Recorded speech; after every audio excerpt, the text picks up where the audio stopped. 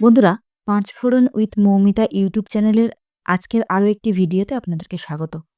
আজকে আমাদের একজন পার্শ্ব শিক্ষিকা মাননীয় মুখ্যমন্ত্রীকে একটি খোলা চিঠি দিয়েছেন, সেই চিঠিটি আপনাদেরকে পড়ে শোনাব। সত্যি বলতে কি, আমাদের যে পরিমাণ বঞ্চনা হচ্ছে, জানি না এর নিরসন কোনোদিন হবে কি হবে না। মুখ্যমন্ত্রীকে চিঠি দিয়ে কোনো লাভ হবে কি হবে না। তবুও যে যার মতো করে চেষ্টা করছে। যেমন গণ ইমেইল পাঠানো হয়েছে। এবার চিঠি পাঠানো হচ্ছে। আবার আগামীকাল অর্থাৎ ১০ তারিখে বিকাশ ভবন অভিযান হচ্ছে। কী ফল হবে ভগবান জানে বা আমাদের মুখ্যমন্ত্রী জানেন। চেষ্টা করা যাচ্ছে, চেষ্টা করা হচ্ছে। যদি কিছু হয়, হলেও হতে পারে, নাও হতে পারে। তবে আমার মন বলে ৯৯% না হওয়ার সম্ভাবনা। কিছু হবে না এটাই ধরে নিতে হবে ৯৯%। তারপরে যদি হয় ১% সেটা ওই ভাগ্যের উপর নির্ভর করছে। হলে হবে, সম্ভাবনা নেই যদিও।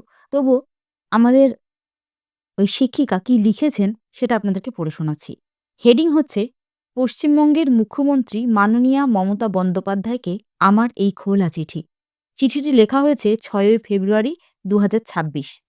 আসলে চিঠিটি আমি আজকে হাতে পেলাম, সেই কারণে আমি আজকে ভিডিওটি করছি। যাই হোক, এবার মূল বিষয়বস্তুতে আসি। মাননীয়া, আত্মহত্যা করে একটা জীবন ফুরিয়ে গেলে তাতে আপনার কিছু যায় আসে না, জানি। তাছাড়া আত্মহত্যা মহাপাপ। মৃত্যু তো একদিন আসবেই, কারণ আমরা কেউই অমরত্ব পাইনি। আপনি যেদিন আমাদের রাজ্য পশ্চিমবঙ্গের মুখ্যমন্ত্রী হয়ে এলেন, সেদিন আমরা পার্শ্ব শিক্ষক ও পার্শ্ব শিক্ষিকারা বেঁচে থাকার স্বপ্ন দেখেছিলাম। অবশ্য আজও আমাদেরকে বাঁচিয়ে রাখার জন্য আপনার কি প্রবল প্রচেষ্টা! হ্যাঁ, আমরা বেঁচে থাকব মৃত্যুর পরেও। বিদ্যালয় হলো মন্দির, আর আমরা সেই মন্দিরের পূজারী, যারা প্রতিদিন নিজেদের ভেঙে গুঁড়িয়ে শুধু গড়ে তোলার কাজ করছি। দূষণমুক্ত সমাজের স্বপ্ন দেখি। বিবেক, মনুষ্যত্ব, আদর্শের বীজ বপন করে জীবনের মাঠে সোনালি ফসল ফলাই। আমরা যীশুখ্রিস্ট হয়েও প্রতিদিন পেরেক পোঁতার অসহ্য যন্ত্রণা সহ্য করি। তবে ক্ষমা করতে পারি না বলেই একে একে পৃথিবী ছাড়ার আগে আওয়াজ তুলি। কারণ একটাই, যিশু ঈশ্বর ছিলেন, আর আমরা শুধুই মানুষ। শুনেছি আপনি মা মাটি মানুষের সরকার। আমি নিজে একজন মা। ২০১৯ সালে কঠিন কর্কট রোগ আমার শরীরে ঝড় তুলেছিল। তখন আমার সন্তানের বয়স মাত্র ৬ বছর। ২০২৬-এ বেঁচে আছি ঈশ্বরের কৃপায়। কখন মরণ আসে কে জানে? আমার মতো অগণিত অসহায় দুর্বল মা সন্তানকে সুস্থ পরিবেশ দিতে চেয়ে মুখ থুবড়ে পড়ে আছে আপনার চরণতলে।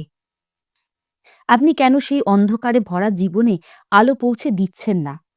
আপনার সরকার মেয়েদের জন্য যে নিবেদিত প্রাণ। এরপর মাটির কথা বলি। আমাদের মাটির মতো সহ্যের বুকে বঞ্চনা, শোষণ, অবিচারের পদাঘাত পশ্চিমবঙ্গের প্রতিটা ধূলিকণা জানে। আপনি কেন জানেন না আমাদের ব্যথা মাননীয়া?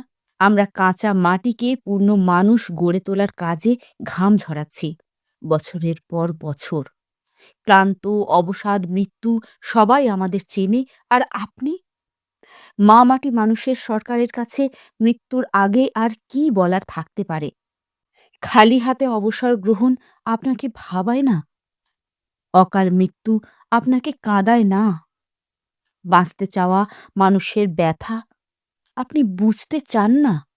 প্রতিশ্রুতি শব্দের মানে এখন আমাদের কাছে প্রতারণা। শিক্ষকতার পেশা একদিন যে হবে মৃত্যুর নেশা, সত্যি ভাবিনি। এই পৃথিবী সবার, আপনার এবং আমাদের।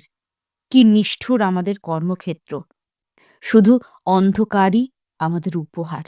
ইতি দেবশ্রী মণ্ডল, কতুলপুর সরোজবাসিনী বালিকা বিদ্যালয়, বাঁকুড়া। সত্যি বন্ধু, আজকে এই চিঠিটি পড়ে একদম, একদম আমাদের প্রত্যেকটা পার্শ্ব শিক্ষক শিক্ষিকাদের মনের কথা তুলে ধরেছে। হ্যাঁ, উনি যেহেতু মা, উনি মায়ের মনের কথা তুলে ধরেছেন। সত্যি বন্ধুরা, আমাদের এই পার্শ্ব শিক্ষিকা বন্ধু যে চিঠিটি লিখেছেন, এটি অত্যন্ত মর্মস্পর্শী। জানি না এই চিঠির শব্দগুলি আমাদের মুখ্যমন্ত্রীর কানে যাবেন কিনা, মর্ম উনি বুঝবেন কিনা বা আমাদের জন্য উনার প্রাণ কাঁদবে কিনা। যদিও সম্ভাবনা নেই, তবুও আশা তো করতে পারি। ওই যে কথায় আছে না, ডুবন্ত মানুষ খড়কুটো আঁকড়ে ধরে বেঁচে থাকে। আমাদের কাছে এটাই না হয় খড়কুটো। চেষ্টা করতে দোষ কি? চেষ্টা তো করে যেতেই পারি। যাই হোক, সকলকে ধন্যবাদ। সবাই ভালো থাকুন, সুস্থ থাকুন আর কালকের বিকাশ ভবন অভিযানে শামিল হন। ধন্যবাদ।